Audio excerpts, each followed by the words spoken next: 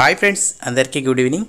మన తెలంగాణ రాష్ట్రంలో 5 గ్యారెంటీలకు సంబంధించిన దరఖాస్తులను అయితే స్వీకరిస్తున్నారు. అలాగే దీనికి సంబంధించి ఇన్కము అలాగే క్యాస్ట్ సర్టిఫికేట్ కూడా సబ్మిట్ చేయాలా లేకపోతే ఏమవుతుందని చెప్పేసి చాలామంది డౌట్స్ అయితే అడుగుతున్నారు. సో దీనికి స్పందించిన కలెక్టర్ గారు ఒక అప్డేట్ అయితే ఇవ్వడం జరిగింది. సో దీని గురించి మనం పూర్తి వివరాలు తెలుసుకుందాము. ఎవరైతే ఈ 5 గ్యారెంటీలకు సంబంధించి దరఖాస్తు సబ్మిట్ చేస్తున్నారో వాళ్ళైతే తప్పకుండా ఈ విషయం అయితే తెలుసుకోండి, ఎందుకంటే మీకు యూజ్ అవుతుంది. అలాగే ఈ ఇన్ఫర్మేషన్ తప్పకుండా మీ రిలేటివ్స్ కానీ మీ ఫ్రెండ్స్ కూడా తప్పకుండా షేర్ చేయండి. తప్పకుండా వీడియో లైక్ చేసి ఇలాంటి అప్డేట్స్ కోసం సబ్స్క్రైబ్ చేసుకోండి. సో ఇంకా మనం అప్డేట్లో చూసుకున్నట్టయితే మన తెలంగాణ రాష్ట్రంలో 5 గ్యారెంటీల అప్లికేషన్లపై ప్రజల నుంచి అనేక సందేహాలు వ్యక్తమవుతున్నాయి.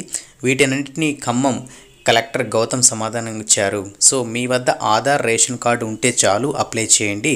ఇన్కమ్ క్యాస్ట్ సర్టిఫికేట్లు కూడా ఇప్పుడు అడగడం లేదు. వాటి కోసం మీరు మీ సేవా కేంద్రాలకు వెళ్ళకండి. ముందు అప్లికేషన్ ఇవ్వండి, వాటిని డేటాబేస్లో ఎంట్రీ చేస్తాము. పరిశీలన సమయంలో వివరాలను అధికారులు చూసుకుంటారు అని చెప్పేసి వివరించారు. సో ఇక్కడ మనం చూసుకుంటే ఖమ్మంకు చెందిన మన కలెక్టర్ గారు అయితే సో ఎవరైతే అభ్యర్థులు ఉన్నారో, ఎవరైతే ఈ 5 గ్యారెంటీలకు సంబంధించి అప్లికేషన్ అయితే సబ్మిట్ చేస్తున్నారో వీళ్ళైతే ఈ విధంగా డౌట్స్ అయితే అడుగుతున్నారు. కొందరు ఏంటంటే ఏదైతే సోషల్ మీడియాలో వచ్చిన వార్తల వల్ల కొందరు ఇబ్బంది పడుతున్నారు. సో దీనికి స్పందించి మన కలెక్టర్ గారు అయితే ఈ విధంగా అయితే తెలియజేస్తున్నారు. సో దీనికి సంబంధించి ఎలాంటి క్యాస్ట్ కానీ అలాగే మనకు ఇన్కమ్ సర్టిఫికేట్ అయితే ఇప్పుడైతే సబ్మిట్ చేయాల్సిన అవసరం లేదు. జస్ట్ మీకు ఏవైతే మీకు ఈ 5 గ్యారెంటీలో మీకు దేనికి ఏదైతే వర్తిస్తుందో అలాగే మీకు ఏదైతే ఎలిజిబుల్ ఉన్నారో వాటిలైతే ఫిల్ చేసిన తర్వాత మీ ఆధార్ కార్డు జెరాక్స్ ఒకటి, అలాగే మీకు రేషన్ కార్డు ఉంటే రేషన్ కార్డు జెరాక్స్, ఈ రెండు అటాచ్ చేసి అప్లికేషన్ ఫిల్ చేసిన తర్వాత ఇది ఎవరైతే అధికారులు ఉన్నారో వాళ్ళకైతే సబ్మిట్ చేసేసేయండి. సో ఈ డేటాని మొత్తం వాళ్ళు డేటాబేస్లో ఎక్కించడం అయితే జరుగుతుంది. అంటే మనకు యూజర్ సంబంధించిన డేటా మొత్తం అందులో ఉంటుంది.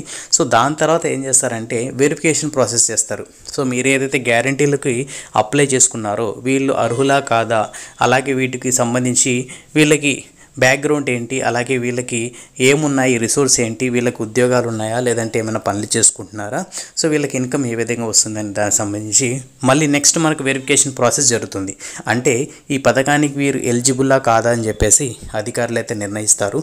ఆ టైంలో మీకు వచ్చేసి అధికారులే వచ్చేసి సబ్మిట్ చేయండి ఇన్కము, అలాగే మీకు క్యాస్ట్ వైజ్గా మీ క్యాస్ట్ ఏంటి అని చెప్పి అడిగే ఛాన్స్ అయితే అప్పుడైతే ఉంటుందని చెప్పేసి కలెక్టర్ గారు కూడా చెప్తున్నారు. సో ప్రజెంట్ ఏం చేస్తున్నారు, అప్లికేషన్స్ తీసుకుంటున్నారు. సో ఎవరైతే ఈ పథకాన్ని అప్లై చేసుకోవాలనుకునే వాళ్ళు తప్పకుండా ముందుగానే అప్లై చేసుకోండి అని చెప్పేసి అడుగుతున్నారు. కాబట్టి మీరు ఎలాంటి సందేహం లేకుండా మీకు రేషన్ కార్డు ఉంటే నెక్స్ట్ మీకు ఆధార్ కార్డు ఉంటే మీరు అప్లై చేసుకోవడానికి అయితే ప్రస్తుతానికి అర్హులు. సో డైరెక్ట్గా సబ్మిట్ చేసేసిన అప్లికేషను.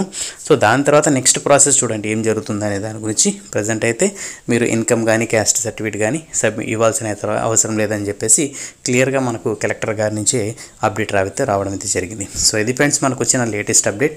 సో ఈ అప్డేట్ నచ్చినట్టయితే జస్ట్ లైక్ చేసి తప్పకుండా మీ ఫ్రెండ్స్ కూడా షేర్ చేయండి. ఇలాంటి మరిన్ని తెలంగాణ అప్డేట్స్ కోసం మన ఛానల్ తప్పకుండా సబ్స్క్రైబ్ చేసుకోండి. సో నెక్స్ట్ అప్డేట్తో మళ్ళీ కలుద్దాం. అంతవరకు keep smiling, have a nice day.